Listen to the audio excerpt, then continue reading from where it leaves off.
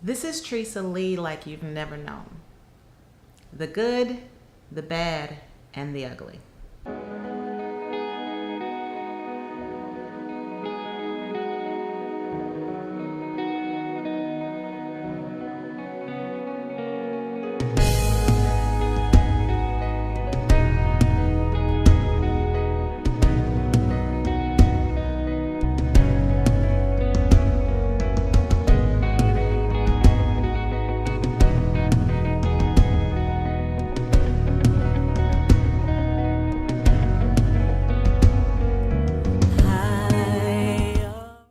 Who is Teresa Lee? Well, I am a wife to a wonderful husband. I'm a mother of 5 beautiful children. I'm a singer, a songwriter. I'm an actress. I am a teacher and speaker.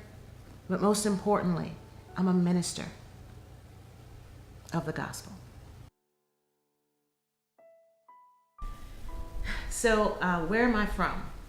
My parents are from Vicksburg, Mississippi. Both parents were born and raised there. And it's a beautiful place with a lot of people that I love still there. And after having 2 of their children, they moved to Chicago and relocated there. My father was a mechanic and my mother was in nursing. She was a baby nurse. And so they relocated to Chicago, and I am the youngest of 7 of their children. But when I was younger, I remember being in the bed, laying with either one of my sisters, and hearing shots fired, right down the street. You can tell how close it was, right on my block.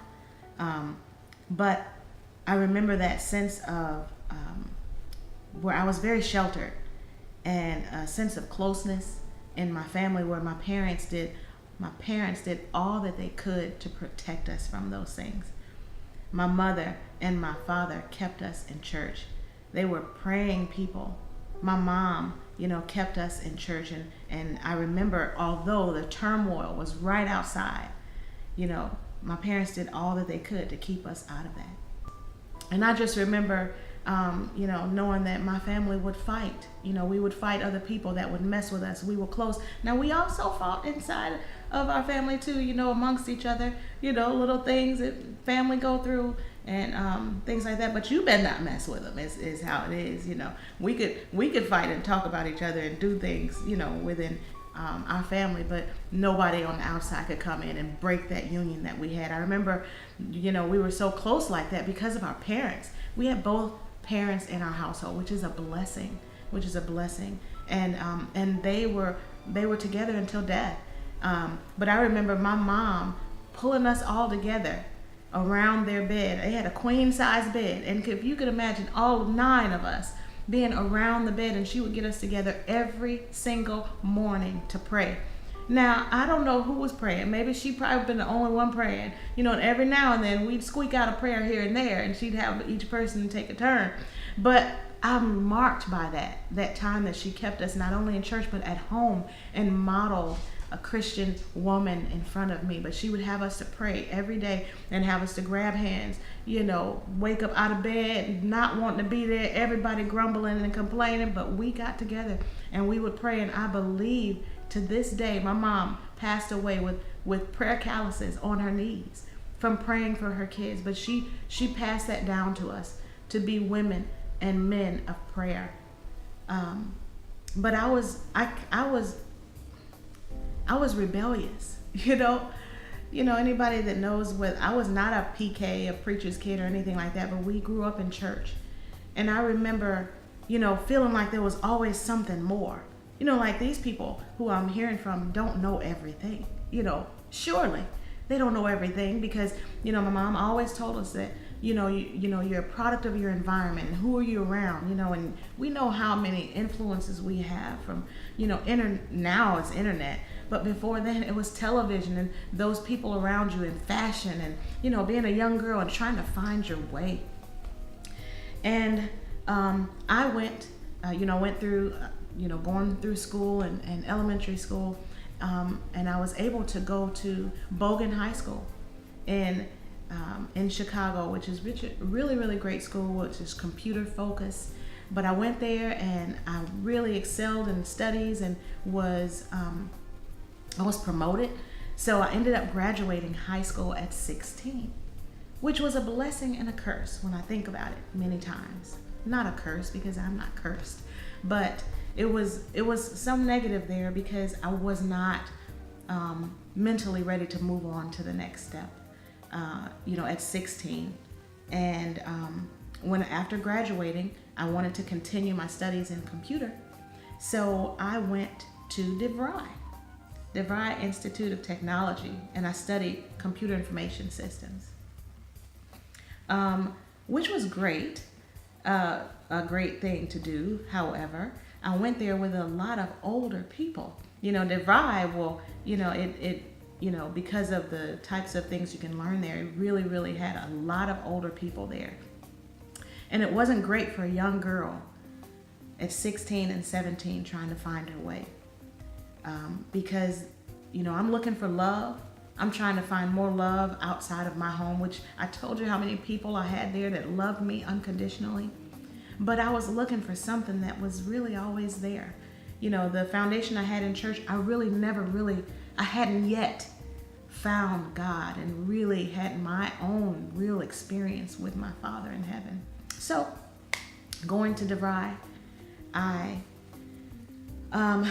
looking for love, and I tell you, the enemy, he supplied what I thought I was looking for. I was looking for somebody to tell me anything I wanted to hear, and there were people lined up. I mean, I dressed for it. People talk about dressing for success. I was looking for somebody to tell me that I look good. I was looking for somebody to tell me, how important I was and that they loved me. And they were willing to say whatever I was wanting to hear. What I feel like I was doing at the time was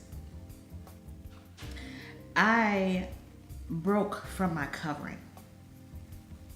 I broke away from what I knew, or I thought, all these people are crazy. They don't know what they're talking about. My mom said, don't get in the car with men. And I'm thinking, what is she talking about? What's the problem? I'm just trying to have fun. I am grown. I am 17. I know exactly what I want in life. I'm doing my thing. She don't know about it. She won't know. And it won't hurt her what she doesn't know. And I was searching for love, really. But what ended up happening was I met this young man. And up until this point, I was a virgin, completely pure. I'm just out here thinking I knew more than what I really did. And in my search for love, the enemy brought me what he thought I was looking for. And I tell you, I remember this young man. He was tall, very, very tall, and he rode motorcycles, and I was like, oh my gosh, look at him. And he began to show me attention.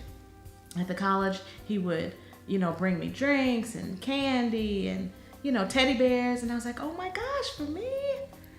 And so, I did what my mom told me not to do.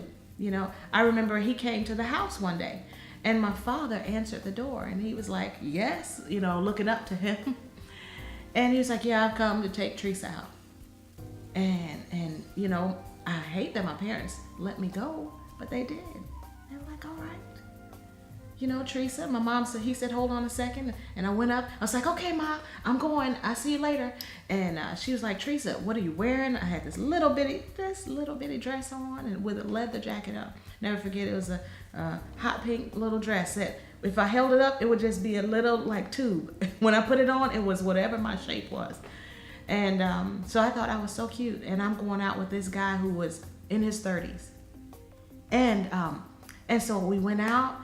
And I was like, man, look, and I talked a good game. I was like, yeah, he was talking. He was like, hey, so how are you? We were talking about sex and are you sexually active? I'm like, yeah, I know everything. He was like, what? I was like, yeah, I know. Scared. I was scared. I was trembling, afraid. But I kept my hands under the table. And as we were talking, and we just went on through talking. And he was like, hey, on the way back from the restaurant, I just need to stop by, my house for a minute. My mom and my sister are there. I was like, okay, so as long as your mom and your sister are there, cool. But we ended up, long story short, like I tell you, it's probably going to need to be in a book, but because of all that this entails. But what ended up happening, we went and we sat there, and I went to his room, and I was, after all this talking, by this time I am completely afraid. I'm like, I did meet his mom and his sister, and I was like, hey, but we went into his room, and he's grown. I'm like, first of all, why a 30-something-year-old man in the house with his mom? Should have been a red flag. However, so we're there, and it was more at this point than I wanted, but I was afraid to say, hey, go ahead and take me home. I'm really still trying to play along, but by this time I'm so afraid. But I got myself into this position where I'm looking for something that I thought he could give me, but only God could supply, right? So here I am, and we're there, and we're in this moment, and I'm thinking kissing is not bad. Okay, oh my gosh, we're kissing, and this is, I'm not too far. But then we ended up, and he's going a little far and getting a little aggressive. I'm like, wait, hold on. And he wants something that I wasn't ready to give. So when I said no, he's like, no, we're going to do this. I'm like, well, wait. So by this time I'm afraid. And I remember, it's so funny. I think I put this in the back of my mind where I was like, no, this never happened to me. But without getting into details, that night I was no longer a virgin. And that was so devastating. I felt so alone in that time. The ride home, like, I don't know why I didn't just call someone to come and get me, but I was embarrassed. By this time I'm thinking, what did you do? What did you do? And I said I was not gonna cry. But I knew all the things that I had done, and all the things that I had said to him just came rushing back. I'm like, oh my gosh, I told him this, but I didn't know what I was talking about. I didn't know. Where's my family? Where's my brothers? Where's God? Like, what's going on? And I internalized, and I felt, this is me, and I put myself in this position, and it's my fault. So he took me home. He apologized, and I was like, oh, because I was afraid, because I'm like, where's the blood coming from? So unlearned, and not understanding that moment was meant for my husband on my wedding night. That blood meant covenant. But it was too late by that point. And but I went home and went into my room. My family never knew. So I went to school the next day, and it may not have been true, but I felt like everybody knew. I found out later on that day, I was asking people, no friends. It's the weirdest thing. I never had like real friends there to speak of. But people were telling me, hey, there's this rumor going around that you are easy. And I'm thinking, what? No, and so by this point, I'm trying to cover myself. And I was like, excuse me, I was assaulted, I was raped. And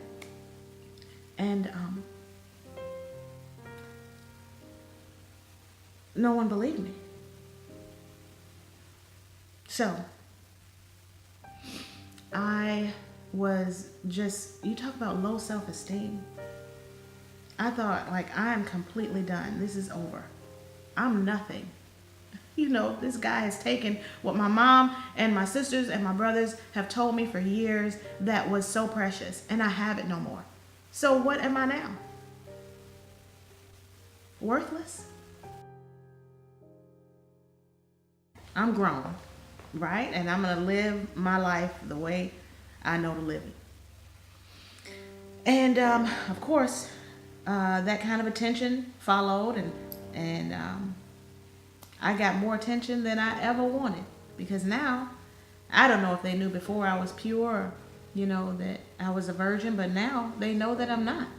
If nothing else, they know that I'm not a virgin. I tell you, I met this man, and he was tall, very tall, and he looked Indian, wavy hair, but he was black. And I tell you, he told me, "I love you," and that was the magic words. I was like, "You do?" He's like, "Yes, I do. I love you. You look so beautiful." I'm like, "I do?" As if I don't know. I know I look beautiful. That's why I got dressed that morning, of course. But I needed somebody to tell me that for some reason. And and we began to date. And so every day I went to school, I got dressed because I knew that he would say something about how I looked. So I get there, and I'm telling you, we're going out to eat, and it's just me and him, right? Well, I ended up moving in with him. What? Yes, I moved out of my parents' house, and I moved in with him, and I thought that this was everything. I'm gonna marry him, and we are gonna live the rest of our lives together. That's not how it worked, and it didn't work out that way, quite the way I expected. I thought things were going well. We are dating. We're going out to eat, and friends, and drinking. I was drinking. My drink of choice was Brass Monkey, and I would just drink a whole fifth of that, and I tell you, I was gone. And we were partying. I tried smoking, but it didn't work because I didn't like the way it made me. It couldn't, mess with my vocal cords where I couldn't sing. I was like, "Nah, this is raspy," but I don't like messing with the chords there. So I didn't like that. I didn't smoke a lot, but I drank all of the time, trying to get away from what I knew I was doing was wrong. Living with him, and we are doing what married people do. So I'm giving a boyfriend the privileges that a husband should experience, right? But I'm thinking he's going to marry me. So I'm just, he told me he is. So we're just going to go, do what we're doing. And so after maybe a few months of that, and I'm thinking I'm doing right, my family's calling me. They trying to check on me. My family came up there, and it was the north side of Chicago by this time. I'm living by the lakefront. As anybody that knows me knows, I love the water.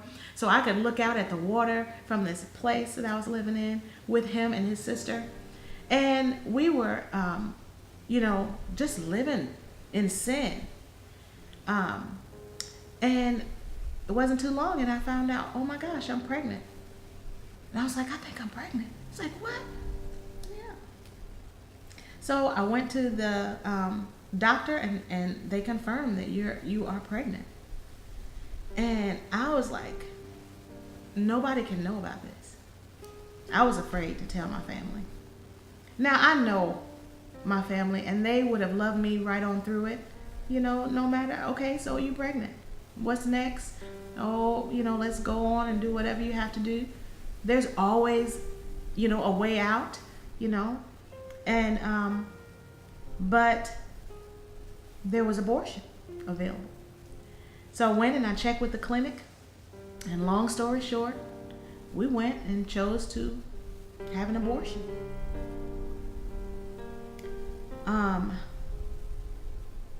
At the time, I thought it was a great idea. But I just didn't know. All I knew was nobody's going to find out about this. Now, not knowing that I could have given birth to that child and, given it up for adoption to people who want a child that can't have babies, or just had that baby and kept it. God knew, there's always another way. But I was afraid, and I made that choice for no other reason than to abort that baby. That one thing that I know is, if I knew the choices, I wouldn't have made that decision. If I knew that there were other options, I wouldn't have made that decision. So back to that day that I decided to do that. I'm in the clinic, and that was the coldest, darkest place I've ever been in. I don't know if they didn't have anything. There was nothing comfortable. I remember the table I was laying on was just a chrome. It was no cushion. It was the weirdest thing. But it was so cold, and the doctors were so not nice. The nurses, nobody was nice. It was such a horrible experience to go through. And I felt so alone because he wasn't there. My boyfriend at the time, he left me there. And I'm there all by myself because I'm the only one that has to experience this. Me and that baby that was growing inside of me. And so it was over. I remember it. It was local anesthetic, and I remember the scraping and the horrible thing, the feeling that I went through that day on that table. I left, he came and picked me up, and I'm on the train with him headed back to the place where we were living. It had been done. It's like, so it's over, yes. Well, did that stop me? No. It didn't stop me. I continued to do everything I was doing before. And it just got more and more and more and more intense, where I was drinking more liquor, trying to cover up the pain of what I knew to be wrong. God was always there. He was always nudging on me. He was always pulling on me. He never left me. God never leaves you nor forsakes you, right? And I could feel his presence all around me, but I just had gotten so far that I couldn't stop. By this time, I'm like, I don't know how to put the brakes on. I don't know what to do to stop this. Well, it got to the point where I was using abortion as a form of birth control. I didn't know how to stop. Nobody else could find out. I was away from my family. The devil had taken me so far out that I didn't know how to get back. So I would have abortion and abortion and abortion over the 2-year period that I was there. Until the last time I went into that clinic by myself. And by this time, I didn't know that I was pregnant until late into that pregnancy. And the doctor told me that if you go through with this, you will never be able to have children again. Well, I have to do it. I didn't think my family would love me. I didn't think they would be there for me or accept me. It was such a lie. That is a lie. My family loves me. They still love me, and they would have loved me through that. But I did it anyway. That was a human being growing on the inside of me. And when I think back on those times and those experiences, I realize people like, I hear the story, being a musician, I hear the story of Israel Houghton and how he talks about how his mom, didn't abort him. But he lived, and he is now changing the world. My own husband. His mom could have aborted him, but she gave birth to him and gave him up for adoption. And that man has changed so many people's lives, including mine, and including my children, and including my family. So those babies when God placed those babies into my womb, no matter what the circumstance I was going through, they could be here to change the world. But I know that I've been forgiven, and I received that forgiveness and that love of God. But I know I don't believe in that.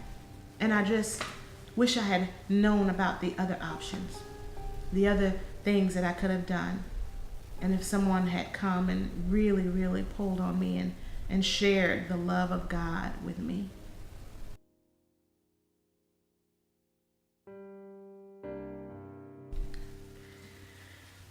The only reason that I'm sharing The only reason that I'm sharing this is so that girls who, before I got to the point where I was looking for love in the wrong place, trying to fill a void that only God could fill, that those girls who are in that age, in that very pivotal time between 8 and 13, 16, where you're trying to find who I am, that we would look to God only. Look to only God to fill those voids in our lives so that we won't go searching in the wrong place. Can you only imagine what it would be like if I didn't go searching and I just followed what God had called me to do? I would have a different testimony. I wouldn't have gone through those things. I wouldn't have given husband privileges to a man that was just a boy, not even a friend. That's most important. And that's what I want to get out of this. And not only before that time, those girls who are trying to figure out who they are, to find their worth in God and know that they're important and they're a jewel and they're precious. They're precious. They're too precious for anybody to touch. And they're too precious for anybody, just anybody, to have a part of them. But also the women. Those women who were like me, who had made those decisions to have abortions, or who had made decisions to not go as far as abortions, but to be promiscuous and to give ourselves to people who don't deserve it. I want you to know that God loves you. God loves you right now in the place that you are. And that love that he gives, nobody else can touch. Nobody can give you the love that only God can give you. And he loves you. Woman who's made that decision, who has not even told your husband, he loves you. And you can go and fall on him. And what the enemy would try to do is to get you to yourself and get that secret that you've hidden in the back, in the dark, in the darkest place, that you have allowed from time to time to the enemy to bring up and to remind you of what you've done. Well, you just remind the enemy of his future. You are redeemed. Your life has been redeemed. Jesus died on the cross to save you and to heal you. Your healing will come from only him. That emotional scar that has been left as a result of what you've done. Only God can heal it. Cry out to him. And girls that are thinking, and women that are thinking, I can make this decision to have an abortion and nobody's going to know about it, or I can make this decision to have an abortion, it's just between me and this, my choice. Well, you can choose that. But you can also, that choice, you can also choose to have the repercussion of that choice. To be thinking about this for the rest of your life. When you want to have children and maybe have problems now as a result. Or just the emotional scar that it makes. Yes, it's a choice, but you also are making the choice to receive whatever comes along with it. And that is not God's plan for you. That is not what he wants for you. Don't make that decision. It is also your choice to love. It is your choice to not, get, venereal diseases and the things that come from unprotected sex. Like, don't make that choice. How about that? How about make a choice to keep yourself until God blesses you with the mate that he has for you? That's most important. Make that choice. But any human being that feels like they are lost or too far gone or looking for love in the wrong places. Why am I going so deep? It's because some people need to hear this. Somebody needs to hear this. Women, I feel like we need to know our worth. We need to know that we were born for such a time as this. You were born for such a time as this. God has a plan for your life. No matter what the devil is telling you. And, you know, there's so many times that we'll put other people in the place where only God can be. I did that. I had that person in the place where only God could be.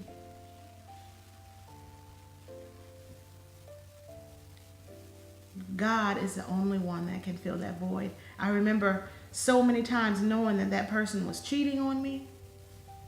It is such a lonely place to be. Knowing that you're with someone that really doesn't love you, but you don't know how to get out of it. You know what could have gotten me out of it?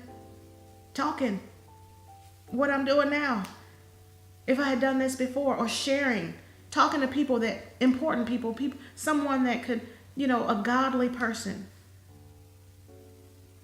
Some older woman that could have helped me through the situation. But I kept it to myself. When I saw the signs that he was doing things he shouldn't do, when people came and told me that you shouldn't even be with him. So not only was I with this person and practicing unprotected sex and just doing that, but also I was just allowing him to do whatever he wanted to do. I just didn't know how to get out of it and how to get free. I was so immature. I was so naive. And I'm just grateful to God for the grace. And when I knew that he was doing what he was doing, then I figured, well, I just do what I want to do. And what a sick thing to think, right? Just using my body. Let somebody use me, use my body for whatever they want to. What's the difference between me and you? I don't know what you're experiencing, but it was by the grace of God that I don't have AIDS, disease. What kept me from that? It was God with me the whole way through that kept me from killing myself, kept me from falling so far. There's no place that's so far that he won't pull you in. It was only by the grace of God. So that's why I'm doing this. I'm doing this because somebody's hurting. I'm doing this because you need it. Just know that God loves you. No matter what. I was going mentally. It was mentally draining in what I was dealing with. I figured this person is cheating on me. That was hurtful. I had given my body, not only given my body, but had abortions and trying to make him happy. And just completely went against everything I had ever been taught. For him. To realize that he wasn't there. He wasn't the one anyways. So that's why I'm doing this. I'm doing this for you. God loves you. No matter what you're going through. No matter what. He doesn't like the sin. But he loves you. And I love you. That's why.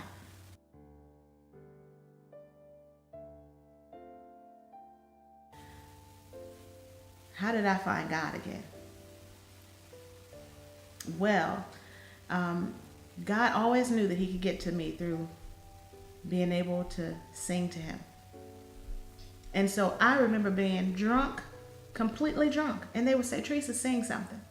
And I would either sing something by Whitney Houston, Anita Baker, or I would sing Amazing Grace. I would just go into singing. And I tell you, I'd be drunk, but whenever I'd get ready to sing, the notes would come. And there was an anointing in the place. But that was what also pulled me back to him. And my sisters and my family. And by the grace of God, that person's mother came and moved him back to where he was from. And I moved back home. And my sisters and my mom were there to welcome me in that day. Because it was a surprise. But that day, they welcomed me in like they would have done. But I came back. And my sister, Linda, and Jane, we just started going back to church again. We were going to a wonderful, wonderful ministry. And at the time it was called Midwest Christian Center. Wonderful pastor and wonderful people. That was where I got my healing. And so I went to church and I got back active and I was part of the praise team. And I had my encounter with God. And I don't know if you know, but you can have a foundation, in church and I get to the point, where I know God and all of that, but then I fall away. The Bible talks about if you train up a child in the way they should go, when they are old, they will not depart from it. Now, I didn't say they won't go away for a moment, which is what I did, but I came back to him. He came back to me, and he was drawing and pulling on me through my family that loved me unconditionally.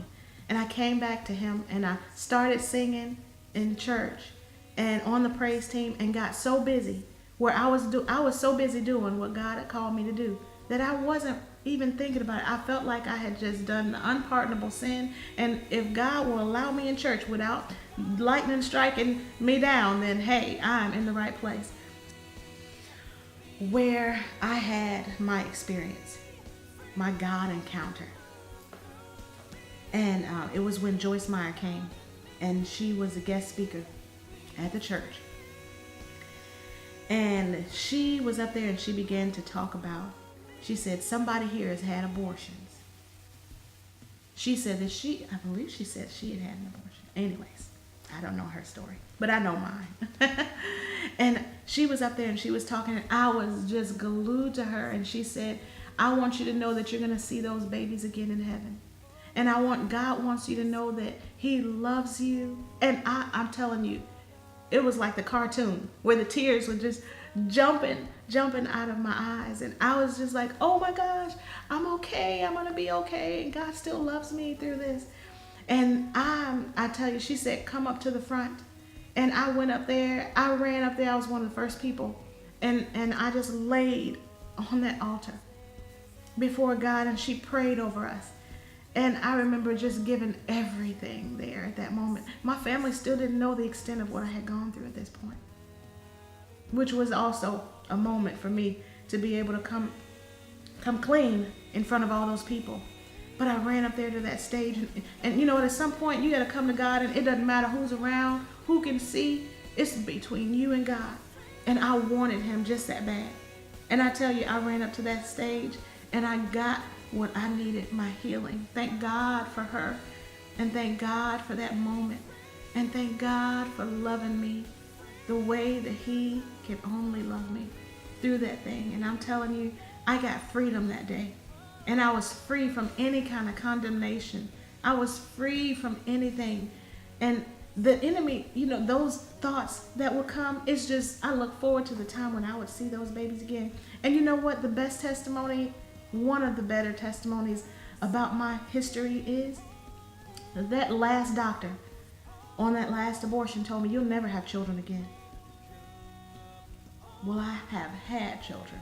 I had 5 beautiful children after being told you'll never have a child again. So I'm just grateful for that time. I was able to come to God, and he loved me through it no matter what, and he'll do the same thing for you.